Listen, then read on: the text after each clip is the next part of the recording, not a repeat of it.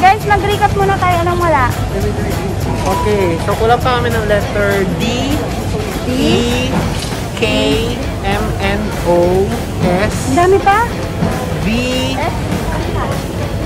U, X, Y.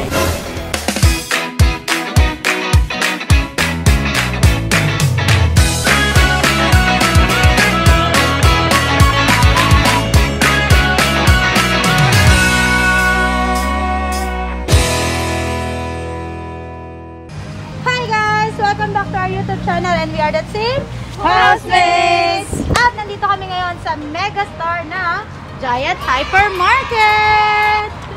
So, for this second monthly task, susubukan namin mag-grocery ng items for every letter of the alphabet with a budget of $50 within 30 minutes. At ang challenge na ito ay tatawagin namin A to Z Grocery Challenge! At kung maging successful na naman kami kagaya ng aming first monthly task, magbibigay kami sa another chosen charity in our own little way. Are you ready, guys? Ready! Let's go! Energy, energy, go! Energy!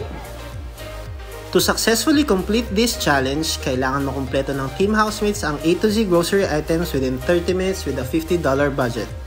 During the challenge, pwede kaming maghiwa-hiwalay for 3 minutes, kumuha ng item gamit ang brand name instead ng product name, and lastly, 5 minutes time extension. Let's start the A to Z grocery challenge.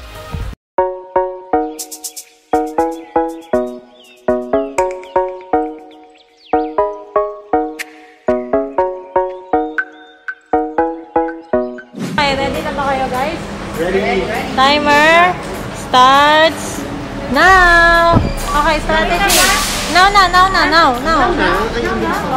Anong strategy natin? Alphabetical order? Kung anong madampot natin, yun na yun. Kailangan may listahan tayo ng mga letters. Tapos i-pick natin kapag meron na. Okay, since $50 lang ang budget natin, kailangan may taga-kwenta tayo para sure tayo na monitor natin yung budget. Ito noodles o 1.8? Oh, 1.8. Noodles, N. Noodles. Letter N. Ay, yan. Instant noodles. Instant noodles? Instant noodles. So, Ay, ibang ba to or noodles N? to? Instant eh. Ay. Okay, I. Magkano yan? 1.8. Coconut cream. Coconut cream. Ito, ano to? Ayan, pwede yan. Swanson. Chicken, clear chicken broth. Eh, may sina tayo May eh. sina kami.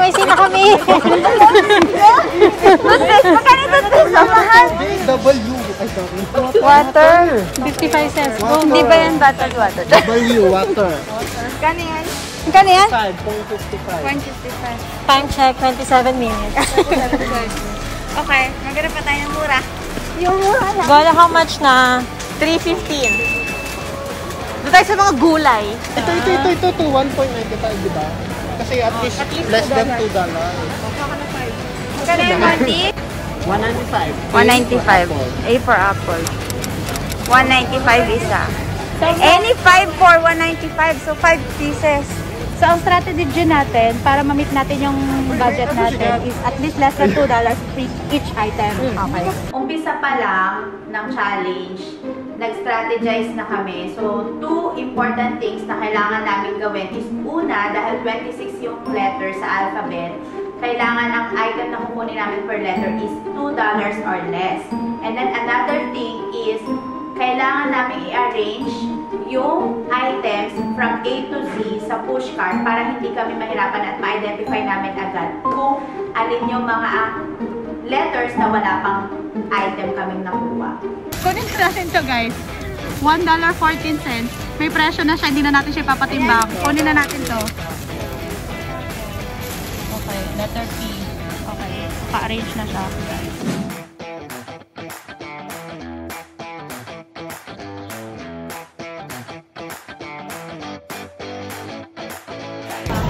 Pwede ba?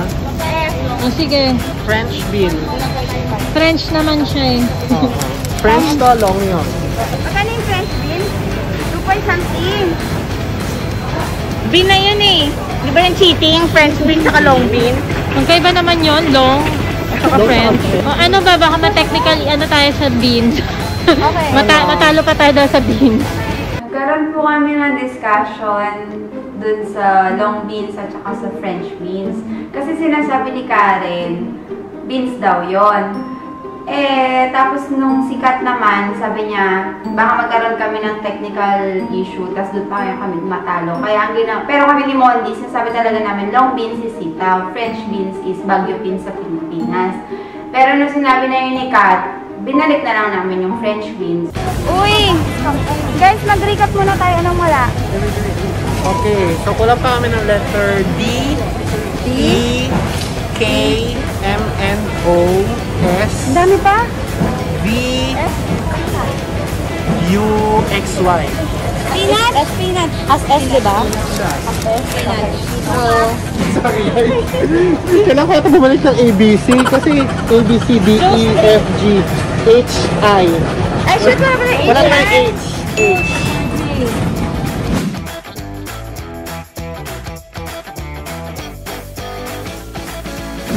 Onion! Oh! Ang galing ni Madam. Ang galing mo dyan, Madam. Magkano yan? 150. Eh, ito mas mura to. 155. Ayan, pwede na yan. Pwede ito, onion. Okay. Patingin nga ng list mo, Molly. So meron pang patay ng D, H, N, U, V, X. Oy, konti na lang. Ilang minutes pa, Bes? Ilang letters pa? 10 minutes. O, 10 minutes. 10, pwede na. Oh, yan. Mas mura. Vinegar yan? Patingin nga. V for vinegar. Ilang minutes? Hindi na ba tayo? Wait, ilang minutes na lang tayo? 7 minutes. 7 minutes. Ilang letters ang kulang natin? 1, 2, 3, 4, 5, 5. Okay, magkakita na tayo. Maghiwa-hiwalay na tayo. D, H, Akin yung D. Sige, H ako. H ako. Sige, ako na sa X. Titingin lang sa toys. Yung X, pwede mo gamitin yung brand Sige, nila. sige, ako na. Sige. H, H ako, maghanap ako ng honeybee. Saan tayo makikita doon sa rice? X sa akin, X sa akin. N ako, N, Okay. N, N. Ganito yung lifeline namin. 3 minutes. Maghihiwalay na kami. For 3 minutes, guys, is dapat magkita-kita kami dito sa rice. Okay. Dito. Dito sa rice. Dito magkikita. Okay, let's go, guys. Anong yung? Umbrella? Sa banda doon, madam. Sa banda doon sa mga damit-damit. Saan? Bye-bye.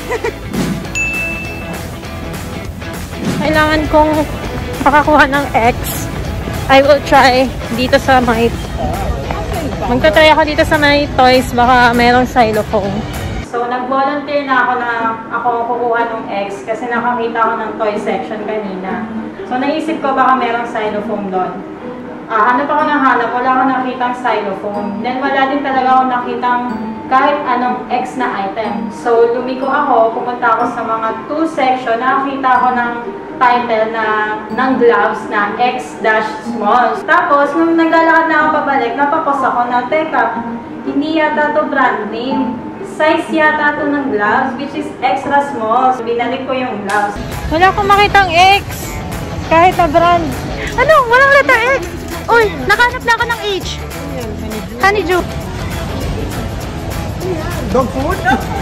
Ang mahal ng detergent, $8. So, dog food, $1 something. Si Madam Si Madam naghanap ng umbrella. Letter U. So sabi ko dun siya pumunta sa banda dun. Ano bang N, N, N? Ano bang wala tayong letter? Wala N, O sige, salupungin natin. Hanap tayo ng N. X. N tsaka X. At saka yung wala rin. Noodles. Ito na lang gamitin natin. Mas mura. 45 cents lang. Mga noodles oh. O, yun. A few moments later. Okay guys, tapos na yung 30 minutes natin. Kulang pa tayo ng dalawang items, letters U, tsaka X. Gagamitin namin yung last lifeline namin, super lifeline ito. Lifeline. Combine. Combine. Okay. Okay. Kailangan natin tumakbo. Yeah. Timer start now. So, sa pagkakaalam namin, ang letters na lang na wala kami yung X tsaka U. So, nag-decide kami na gumamit pa ng natitira namin lifeline. Yun yung extend ng time for 5 minutes. Tsaka, gagamit kami ng brand name instead na product name. Yun, X? X, ano yun? Nasa sauces yun eh. Condiment sauces. Sauces, XO, XO. X, X.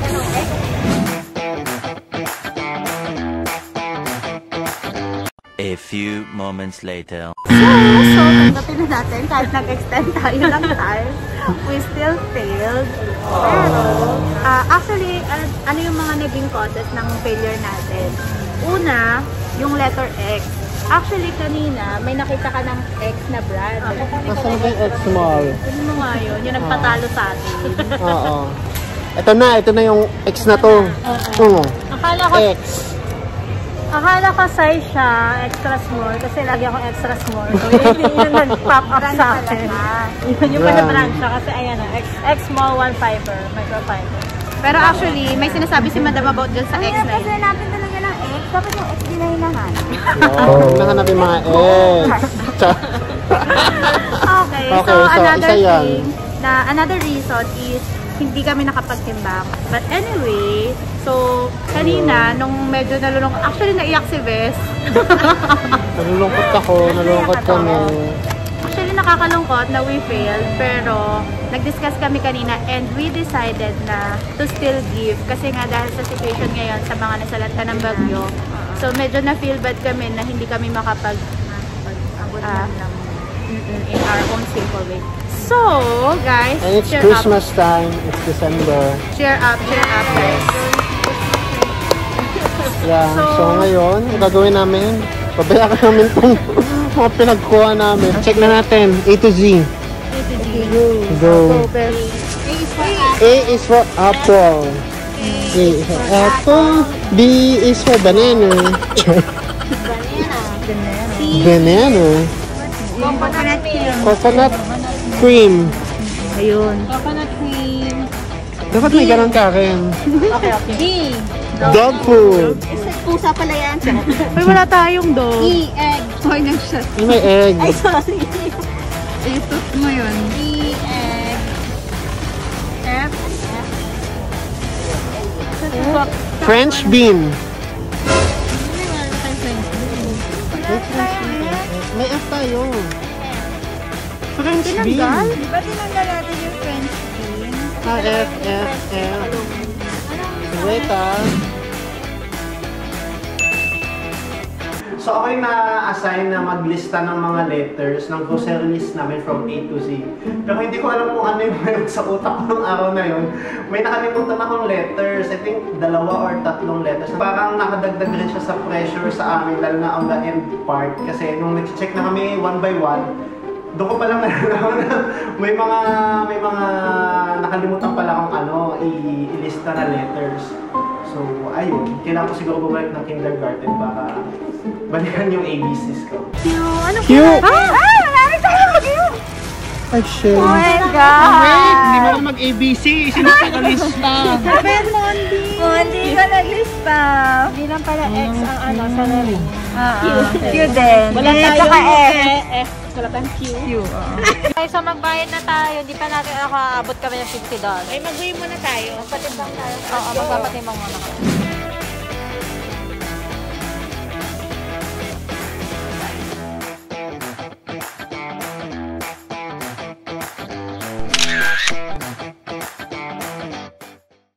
So guys, that's all for our second monthly task. Nakita nyo naman, unfortunately, hindi namin naipasa ang task na yon. But still, napagmitingan namin dahil sobrang lungkot namin after nang nangyari na we will still give in our own simple way. Dahil nga alam naman natin na recently may nangyaring hindi maganda sa Pilipinas, yung malakas na bagyo and maraming apektado. So we are still giving. And ang napili naming organization is United Hands. So just in case may plan kayo na magbigay din in your own simple way, you can check out their Facebook page, United Hands. Yes. Okay, please like, share, subscribe at i-click nyo yung notification bell para updated kayo sa mga bago namin video. At meron kaming Facebook page, Team Housemates, at Instagram account at Team Housemates. Yes. Follow na rin naman. Thank you for watching. Bye!